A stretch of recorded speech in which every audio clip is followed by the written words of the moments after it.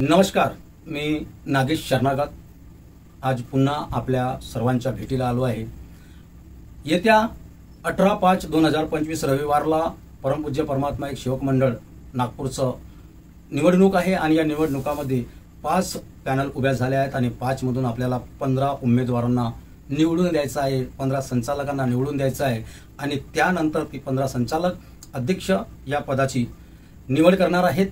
तर या 5 पॅनलमधून सर्वात जास्त पसंती कोणत्या पॅनलला सेवक देत आहेत, सेवकांना कोणती पॅनल पसंत येत आहे आणि ती का म्हणून पसंत येत आहे यावर हा थोडक्यात व्हिडिओ आहे। तर सेवक बांधवांनो, आज चला पुन्हा वळूया आपल्या चर्चेकडे की सेवकांना कोणती पॅनल पसंती आहे, सर्वात जास्त कोणती पॅनल पसंत आहे आणि का म्हणून यावर आपण चर्चा करूया। तर सध्याच्या परिस्थितीत कालच्या माझ्या व्हिडिओनुसार, कालच्या दिलेल्या माहितीनुसार आज पुन्हा मी एकदा लोकांपर्यंत गेलोय। तर यामध्ये लोकांची पसंती एकता आदर्श पॅनलला दिसत आहे।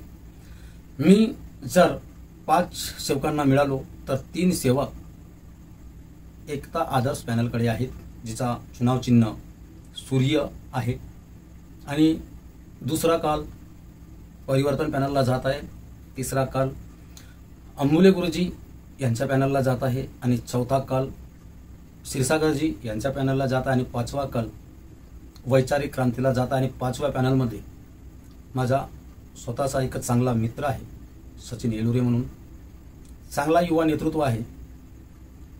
पण मी जेव्हा लोकांसोबत चर्चा करतोय तर लोकांचा कल हा एकता आदर्श पॅनलला जात आहे। लोकांच्या चर्चेमधून एकता आदर्श पॅनल ही मला समोर दिसत आहे। तर मी त्यांना विचारलं की तुम्ही या पॅनलवर म्हणजे का म्हणून या पॅनलला तुम्ही पसंत करत आहात, का म्हणून भरोसा करत आहात। तर सेवकांचं म्हणणं आहे की या पॅनलचा नेतृत्व माननीय राऊत गुरुजी, जगन्नाथजी सोनकुसरे काकाजी आणि फकीरचंदजी वैद्य यासारखे लोक या पॅनलचं नेतृत्व करत आहेत। मागील वेळी राऊत गुरुजी, सोनकुसरे काकाजी हे वेगळे वेगळे लढले होते, वैद्यजी हे वेगळे लढले होते, पण यावेळी या लोकांनी, या दोन्ही आदर्श लोकांनी, बाबाच्या संकेत राहणाऱ्या लोकांनी यावेळेस एकता दाखविली, एकत्र आले आणि त्यांच्या नेतृत्वावर आम्हाला भरोसा आहे की ते काहीतरी चांगलं करतील। या उद्देशाने लोकांचा कल, लोकांची पसंत ही आदर्श एकता पॅनल आहे आणि ह्या पॅनलचा चुनाव चिन्ह सूर्य आहे। सूर्य उगवता सूर्य या पॅनलचा चुनाव चिन्ह आहे। तर लोकांचा पसंत या उगवता सूर्य एकता आदर्श पॅनलला आहे। का म्हणून तर राऊत गुरुजी, सोनकुसरे काकाजी आणि फकीरचंदजी वैद्य यांच्यावर विश्वास दर्शवून। त्यामध्ये अजून काही अटी आहेत, कारण की प्रत्येक पॅनल ह्या आपापल्या पॅनलचे उद्देश म्हणजे विचार, आम्ही काय करणार या मंडळासाठी, हे त्या ठिकाणी या म्हणजे प्रचारक या पत्रिकेवर सादर करत असतात। तर त्यातून काही यांचे मुद्दे जो आहेत ते एकदम सटीक आणि मानव धर्माला पुढे वाढविण्यासाठी किंवा या जो मानव धर्माची, या सेवकांची जो मालमत्ता आहे याच्यावर नियंत्रण ठेवण्यासाठी यांच्या काही योजना आहेत, त्या सुंदर वाटल्या। यापूर्वी सुद्धा जो चुनाव झाले त्यामध्ये सुद्धा अनेक पक्षांनी म्हणजे पॅनलवरच्या नेतृत्व करणाऱ्यांनी सुंदर सुंदर असे म्हणजे आपले उद्दिष्टे जाहीर केलेलं होतं। त्यांचं एक पुरवणी होती, त्यांनी सादर केली होती। त्याच्यामध्ये किती खरे उतरले किती नाही हे तुम्हालाही माहीत आहे, मलाही माहीत आहे। आणि ज्यांनी मागच्या वेळेस सेवकांसोबत वादा केला, सेवकांना शब्द दिला, त्या प्रचारिकामध्ये आपले नोंदवून ते किती पद सत्य निघाले हे तुम्हालाही माहीत आहे, मलाही माहीत आहे आणि ज्यांनी त्या गोष्टीचं वादा वचन केलं त्यांनाही माहीत आहे। तर यावेळेसचं एकता आदर्श पॅनलचे जो उद्देश आहेत ते मला स्वतःला आवडले। आता तुम्हाला आवडतात काय ते माहीत नाही। वैचारिक क्रांतीचेही उद्देश चांगले आहेत, कारण की त्याही ठिकाणी फ्रेश चेहरे आहेत आणि चांगल्या विचाराचे लोक आहेत। पण जनतेचा कल ज्या पॅनलकडे आहे, ज्या सेवकांचा कल ज्या पॅनलकडे आहे, मी त्याचे उद्देश या ठिकाणी सादर करीत आहोत। भवनातील कारभार पारदर्शी व्हावा, सेवकांचा रुपया चोरी जाऊ नये यासाठी, सेवकांचा रुपया चोरी जाऊ नये किंवा त्याचा अफरातफर होऊ नये यासाठी भवनातील कारभार पारदर्शक व्हावा. पारदर्शक म्हणजे काय म्हणतात त्याला, ते एक ऑनलाईन म्हणता येईल, नाहीतर CCTV कॅमेऱ्याच्या समोर करता येईल. दुसरा आहे दान QR कोडद्वारे किंवा ऑनलाईन पद्धतीने व्हावा व पाहता यावा, म्हणजे पारदर्शक व्यवहार यासाठी. जो भवनाला दान देणारे लोक आहेत, असे भरपूरसे लोक आहेत, दान देतात आणि तो दान विशेषतः जर दान करायचाच आहे तर तो ऑनलाईन पद्धतीने दान व्हायला पाहिजे. जर ऑनलाईन पद्धतीने झाला तर त्याच्यावर म्हणजे त्याच्यावर लक्ष राहील. पारदर्शकता म्हणजे काय म्हणतात त्याला, पारदर्शक व्यवहार दिसून येईल.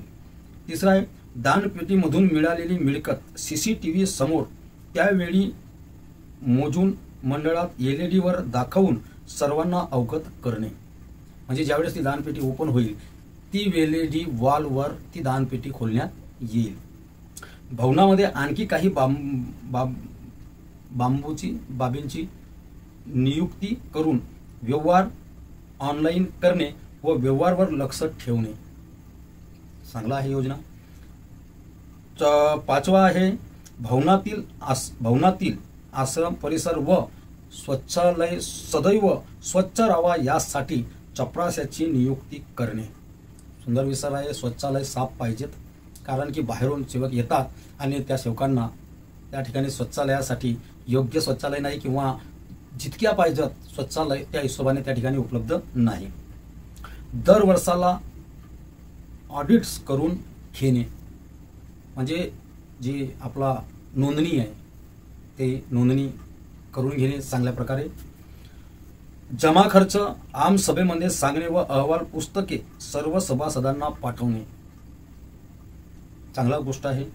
आताही पाठवतात, पण तुम्ही सर्वांना माहीत आहे की या ठिकाणी जेव्हा आम सभेचे जेव्हा आपल्यापर्यंत अहवाल येतो तर विशेषतः बोलावंसं असं वाटलं की आजपर्यंत जितकेही अहवाल आपल्यापर्यंत पोहोचले त्या अहवालामध्ये जितकी आवक तितकीच जावक, काय घोळ आहे काय शून्य आहे तो मला माहीत नाही.